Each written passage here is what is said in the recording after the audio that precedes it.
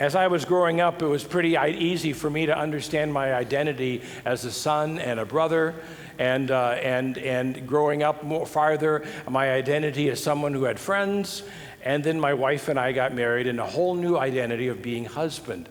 But you know, for a while it was just kind of like playing house, just Kate and Tim playing house.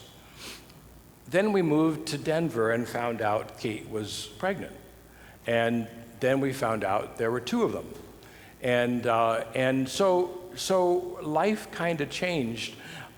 I remember the day we brought the boys home from the hospital, we just kind of put them in the center of the living room and said, now what? They let us out of the hospital with ease? What are we supposed to do? And so the whole identity of being dad was just crazy. And of course, as you all can attest to, you grew up into that. But there is an identity of what it means to be father, as well as all those other things. We have an identity issue in our text today, and it's not just like having kids, but there is an identity of how we see ourselves.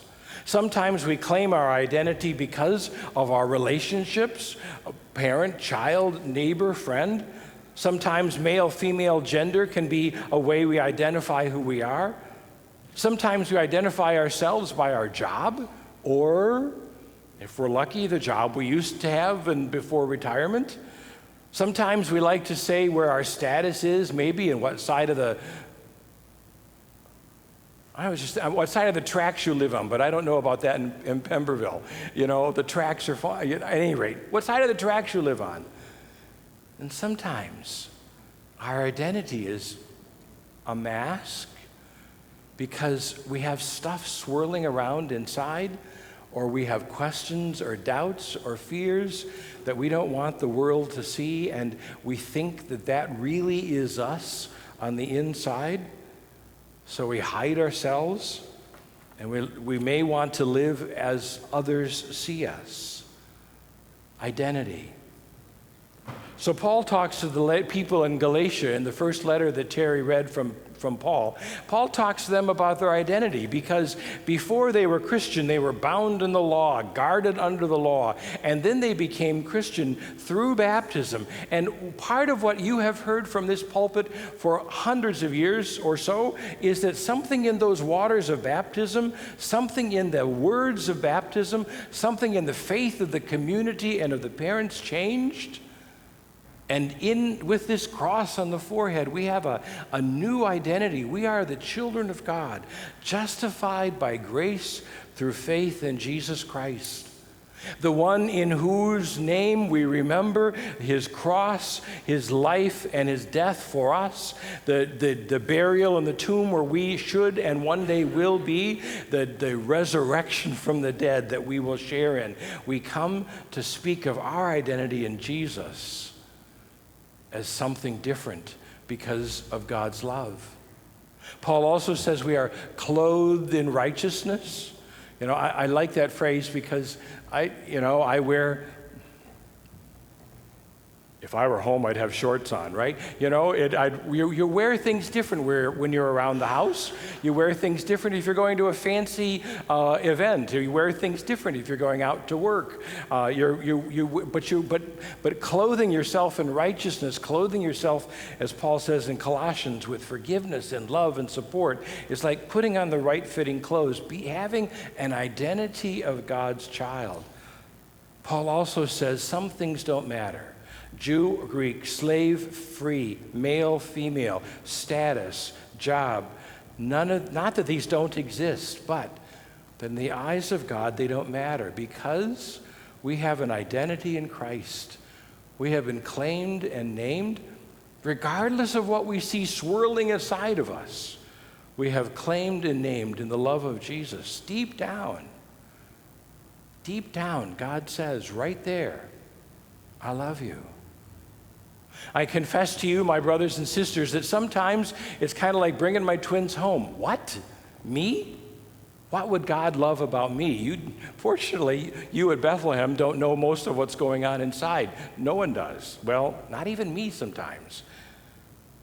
But it's right, and I'm sure none of you deal with anything else like that, right? None of you have struggles inside or fears or worries. But there's a promise. There's a greater reality on which our life is based. There's a greater reality that no matter what we are or what we have done or where we are going or what pains have come into our life or what struggles we're going through or nothing can separate us from that love of God. So in those waters of baptism, tying us to the death and resurrection of Jesus, in the bread and wine, tying us to the death and resurrection of Jesus, every day we have a different sense of who we are. We are God's child. We don't always feel that. I don't always feel that. But we are God's child. And if that love of God is spilling over into me, then I am blessed to be able to let it spill over into those who are hungry or thirsty or cast out or alone or in pain. We get to be the hands and feet of the God who loves us. So Paul tells us in Galatians, we have a different way of looking at ourselves. It's a way of looking at ourselves after the death and resurrection of Christ. Now to the gospel story. It's a crazy story. Jesus goes into the Gadarenes, which is on the east side of the Sea of Galilee, and he meets a man with a bunch of demons. So many, the demons call themselves Legion, which is like, several thousand Roman soldiers. I don't know what demons were and are in those days or in this day, but this guy was in a heck of trouble. He had been chained by the community. He was living in tombs, but he was still strong enough that he could break the chains. His identity from town, the people had placed the identity on him that he was danger, that he was someone to be cast away, that he was someone to be left out in the tombs and not in the neighborhood. But Jesus sees him differently and heals him. Here's the part of the story that I kind of chuckle at. So the demons say to Jesus, I would have loved to have been there. The demons say to Jesus, don't just send us into the great abyss. And Jesus says, okay, there's a bunch of pigs there. So the demons are allowed to enter into a bunch of pigs. And can you imagine the sound of a whole herd of pigs squealing as they go over and dump into the water and meet their end? I think that would have been fun to hear all the squealing. It would have been sad to see all the pre-bacon being washed, but these poor little pigs. And so what does this mean? I don't know what it means. But I do know that at the center of the story, this man was in trouble. This man, like some of us who just struggle inside with what life is offering or what we think life should offer, this man was in trouble, and Jesus came and healed him. And Jesus comes to us and heals us because of who we are. We are God's own child. Where do I fit in this story? Sometimes I think I am the man who is chained and cast in the tombs because of what swirls around or what my hopes or fears are. And sometimes I see others who label the sick person as so sick they don't want to be near them, so we separate ourselves. Sometimes people label others because of clothes or color or lifestyle or where you came from. And we find this man being cast out because of who he was. Sometimes I'm the town person, not wanting to associate with someone who has such communicable diseases, not wanting to deal with my own problems and blaming the man for all the struggles. Sometimes I'm just the disciples, watching and waiting. But one thing I learned from this text, Jesus sees differently. He knows you whole and complete. His love wraps all of our rough spots.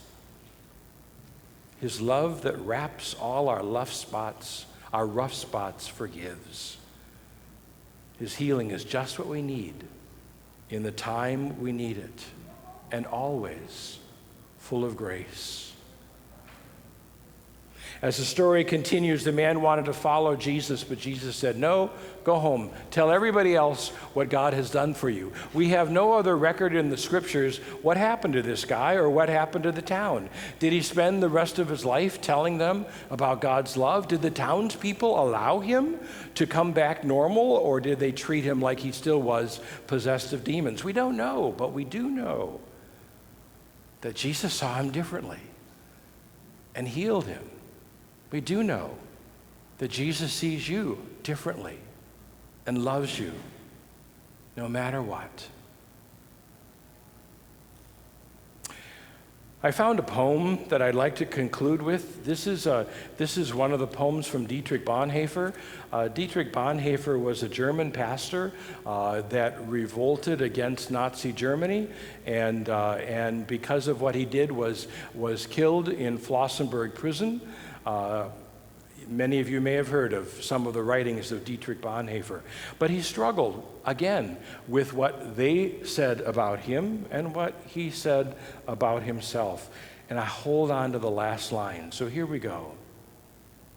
I'm sorry, I should have told you, he's in prison. He's in prison for treason against the Nazi government. Who am I? They often tell me I step out of my cell, calm and cheerful and poised, like a squire from his manor. Who am I? They often tell me I speak with my guards, freely, friendly, and clear, as though I were the one in charge. Who am I? They also tell me I bear days of calamity serenely, smiling and proud, like one accustomed to victory. Am I really what others say about me, or am I only what I know of myself? Restless, yearning, sick, like a caged bird, struggling for life breath, as if I were being strangled, starving for color, for flower, for bird song, thirsting for kind words, human closeness, shaking with rage at power lust and petty insult, and tossed about, waiting for great things to happen. Who am I? What they see or what I see? Am I this way today and another tomorrow? Am I both at once, a hypocrite? Or what is remaining in me, a defeated army? Who am I? They mock me, these lonely questions of mine. But whoever I am, thou knowest, O God, and I am thine. I am thine, as you are. Amen.